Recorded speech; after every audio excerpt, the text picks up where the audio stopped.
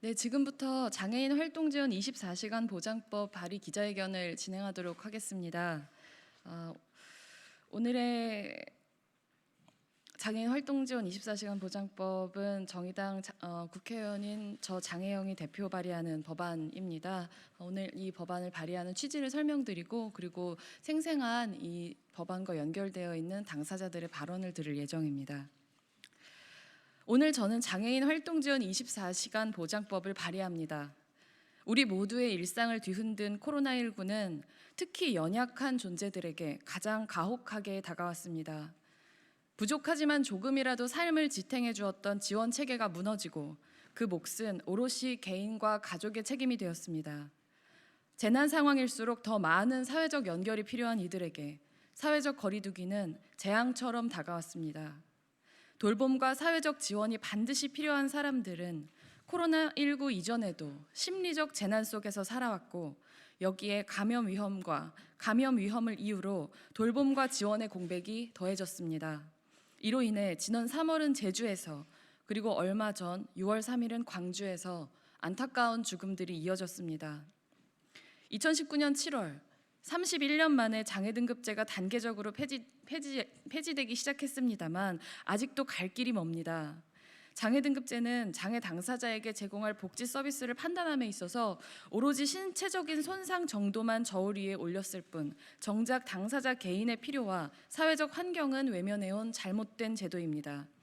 장애를 가진 시민들의 삶을 지원할 충분한 제도와 예산 배정 없이 한정된 자원을 행정 편의적으로 배분한 결과 많은 장애인들이 필요한 서비스를 받기 위한 신청 자격이 모자라 죽어갔습니다. 장애등급제 폐지는 말만으로 이루어지지 않습니다. 진정한 장애등급제 폐지는 장애를 가진 시민 역시 장애를 갖지 않은 시민들과 함께 지역사회에서 살아갈 수 있는 환경을 만드는 실질적인 제도와 환경의 개혁으로 이어져야 합니다. 무엇보다 지역사회에서 하루 24시간을 온전히 살아갈 수 있는 지원 서비스와 이를 위한 예산 확대가 필수적입니다. 코로나19 시대를 관통하는 키워드는 불평등입니다. 재난은 모든 사람들에게 평등하지 않습니다. 재난은 이미 오랜 불평등으로 취약해진 사람들의 삶을 가장 먼저 공격하고 그렇기에 재난은 우리의 민주주의를 위협합니다. 불평등으로 인해 가장 고통받는 사람들의 삶이 인간답고 존엄하게 보장될 때 비로소 우리 모두의 삶도 안전하고 자유로워질 수 있습니다. 그렇기에 오늘 제가 이 자리에서 발의하는 법안은 장애를 가진 시민들만을 위한 법안이 아니라 모든 시민을 위한 법안이며 더는 이 불평등한 구조의 책임을 개인과 그 가족에게 떠넘기지 않겠다는 국가의 선언입니다. 장애인 활동 지원 24시간 보장법은 돌봄의 사회화를 실현하는 첫걸음입니다. 장애인 활동 지원 24시간 보장법에서는 최중증 장애인의 삶을 하루 24시간 온전히 지원할 수 있도록 규정했습니다. 최중증 장애 당사자들이 서비스 지원 인력이 없는 시간에 발생한 화재를 피하지 못해 목숨을 잃거나 떨어진 호흡기를 다시 착용해 줄 사람이 없어서 목숨을 잃는 일이 다시는 일어나지 말아야 합니다. 또 가족과 함께 생활하는 장애 당사자라 하더라도 그 실질적인 상황을 고려하여 당사자의 생활을 위한 충분한 활동 지원 서비스가 제공될 수 있어야 합니다. 또 현대판 고려장으로 불리는 만 65세 연령 제한 문제를 해결하기 위해 서비스를 유지할 수 있도록 선택권을 부여했습니다. 만 65세가 되는 순간 받아오던 활동 지원 서비스 시간이 하루아침에 급감하는 황당한 제도로 인해 많은 노인 장애 당사자들이 무너진 생활을 홀로 감당하고 있습니다. 만 65세가 넘는 장애 당사자들도 기존에 받아왔던 지역사회 중심의 활동 지원 서비스를 유지할 수 있어야 합니다. 불합리한 제도로 피해를 입은 장애 당사자들의 차별 진정으로 국가인권위원회가 국회의장에게 제도 개선을 권고한 만큼 국회에서 하루빨리 잘못된 법을 개정해야 합니다. 마지막으로 코로나19와 같은 감염병 발생 등 재난 상황에서 기존 수급 대상이 아닌 장애인도 긴급 지원 신청 후 곧바로 활동 지원 서비스를 받을 수 있도록 규정했습니다. 감염병 위기 상황에서 국가의 공적 책임이 발휘될 수 있도록 긴급 지원 기관을 지정하고 서비스 지원이 이뤄질 수 있도록 해야 합니다. 장애를 가진 모든 사람들은 누군가의 가족이기 전에 한 명의 시민입니다. 국가는 오랫동안 그 권리를 외면하거나 아주 최소한의 시혜만을 베풀어 왔습니다. 이제는 시혜와 동정의 복지를 넘어서 장애 당사자의 시민으로서 안전하고 존엄하게 살아갈 권리를 보장할 때입니다. 오늘 이 자리에서 생생한 증언을 들려주실 분들을 소개하고자 합니다. 이른 시간에 이곳 국회에 오기까지 비장애인들에 비해서 2배 이상의 시간을 들여서 소중한 걸음을 해주신 분들입니다. 언론 앞에 자신과 가족의 사례를 알리는 것은 많은 용기가 필요한 일입니다. 그러나 오늘 이 자리가 모두를 위한 변화를 만드는 자리임을 누구보다 잘 아시기에 함께해 주시는 분들입니다. 이어지는 사례 증언을 통해서 오늘 법안의 필요성을 충분히 공감하실 수 있을 것입니다.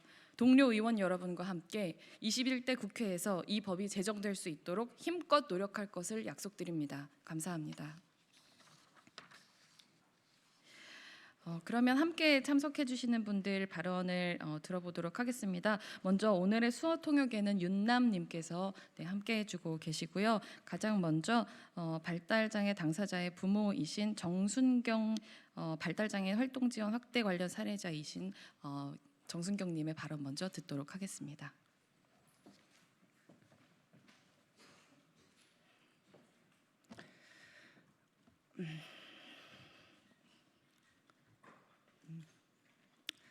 일단 제 아이는 지금 18살이고요.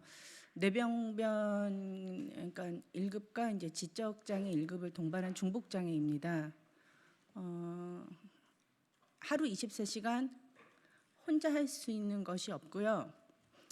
엄마나 이제 보호자가 옆에서 기저귀도 갈아줘야 되고 밥도 새끼 먹여줘야 합니다. 이제 곧 성인이 되는데 지금 있는 활동보조 시간으로 독립해서 살 수 없고 비장애 동생이 저한테 그러더군요.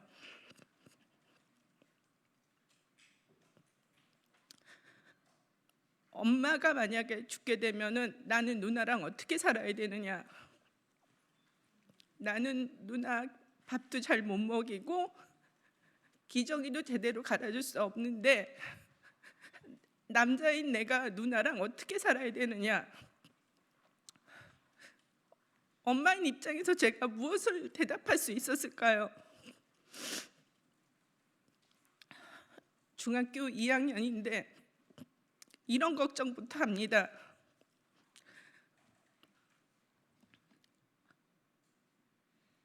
제가 10년 전에는 어떻게든지 살아갈 줄 알았습니다. 시간도 좋아지고 그런데 아이는 점점 커지고 저는 근골격계에 팔다리가 너무 아픕니다.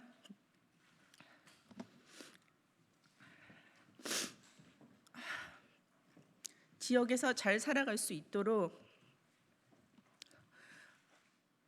활동보조 시간 지금 받고 있는데 정말 학교 다닐 때 시간 외에도 혼자 할 수 없어서 제가 옆에서 많이 도와주고 있습니다. 온전하게 지역사회에서 살아갈 수 있도록 활동보조 24시간 정말 필요하고 이렇게 심한 장애인들에게 시민으로서 국민으로서 권리를 행사하고 수 있도록 도와주시기 바랍니다. 감사합니다.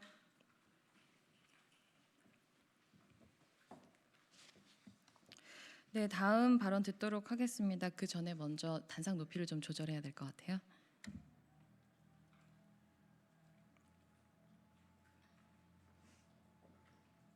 정덕.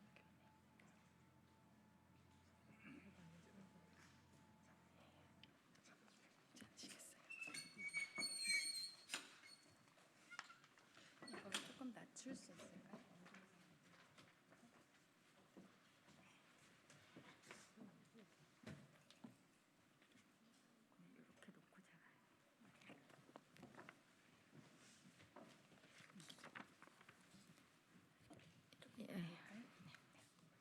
편하시게. 네. 안녕하십니까. 저는 저희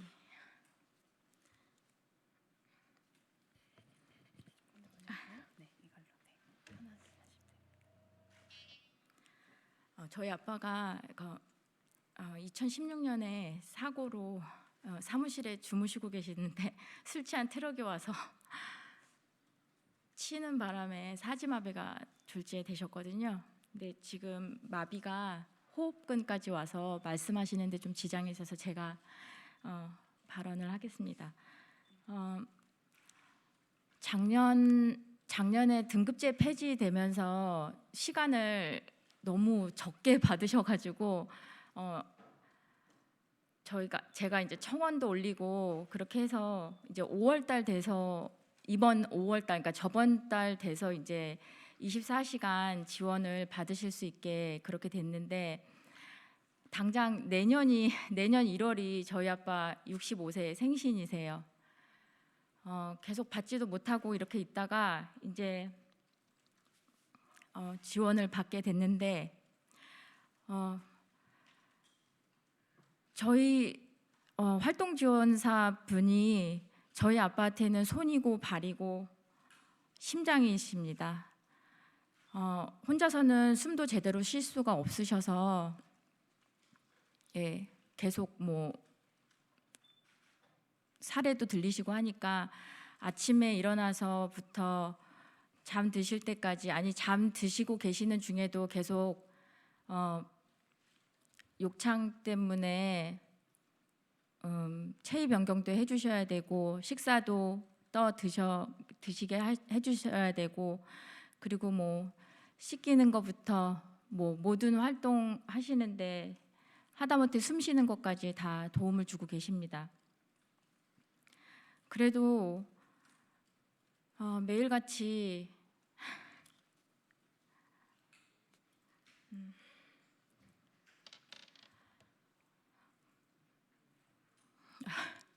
죽고 싶다고 그렇게 말씀하시는데 그래도 이렇게 지원사님의 도움을 받아서 그래도 일반인처럼 생활할 수는 없지만 시설에서 갇혀서 지내시지 않으시고 나오셔서 병원도 가실 수 있고 응급 상황에 대처도 할 수 있고 그래도 지금 살아 계시는 것이 감사하시고 유지할 수 있는데 이게 내년에 65세가 되시면 시간이 터무니없이 줄어드는 바람에 일상생활을 하실 수도 없으시고 모든 지원이 다 거의 중단되는 거나 마찬가지셔서 저희한테는 사형 선고나 마찬가지인 그런 제도입니다. 65세가 지나셔도 지원을 받을 수 있게 그렇게 도움을 주셨으면 합니다. 이게 현대판 고려장이라고 지금 그냥 내다버리는 거나 마찬가지인데 65세가 되신다고 장애가 없어지는 것은 아니지 않습니까? 계속 유지할 수 있도록 그렇게 어서 법안이 바뀌어서 저희 아빠가 혜택을 받을 수 있고 그리고 계속 이렇게 일상생활 모든 일반적인 그런 장애를 가지시지 않는 분들처럼 생활할 수는 없지만 그래도 인간으로서 의식주는 유지하시면서 살 수 있게 도와주셨으면 하는 바람입니다. 감사합니다. 네, 지금까지 정덕규님의 따님께서 말씀을 해주셨습니다. 다음은 탈시설 당사자이시고요, 또 체중증 장애 당사자이시기도 한 신정훈님의 발언 청해 듣도록 하겠습니다.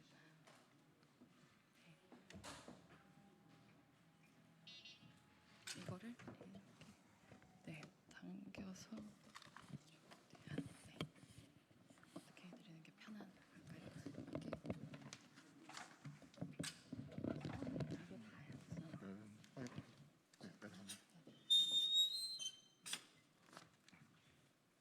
전원 꺼버리세요.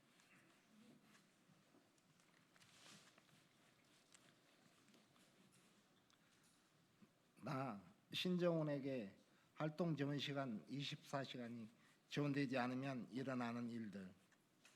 지원주택에 이사 온 지 2달이 지난 2월 731시간이었던 나의 활동 지원 시간이 630시간으로 삭감되었다.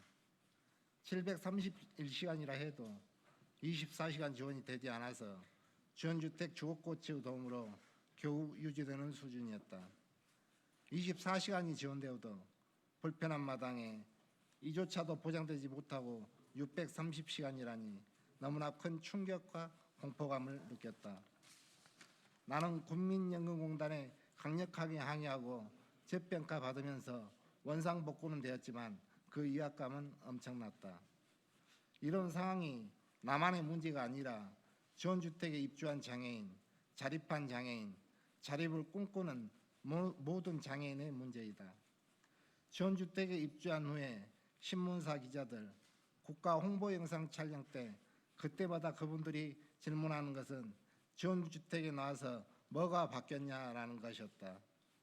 그때만 해도 사실 할 말이 별로 없었다. 달라진 건 별로 못 느꼈다. 그런데 얼마 지나지 않아 활동 지원 시간이 100시간 깎이는 일들을 겪으면서 활동 지원 시간이 가장 중요하다는 것을 느꼈다. 환경, 시스템, 제도 등이 아무리 잘 갖추어져 있어도 활동 지원사가 옆에 없으면 무용지물이라고 느꼈다.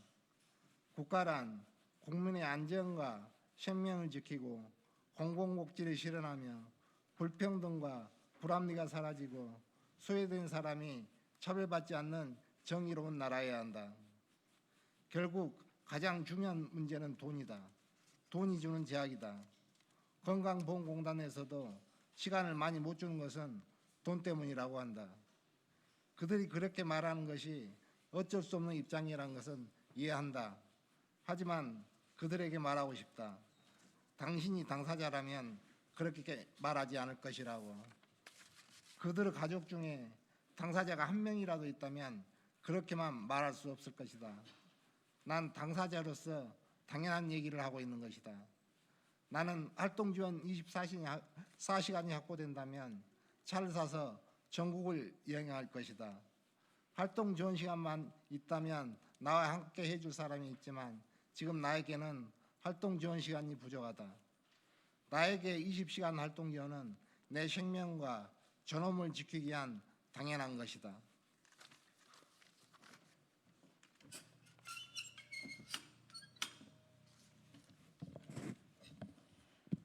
네, 발언해주신 신정우님께 진심으로 감사드립니다.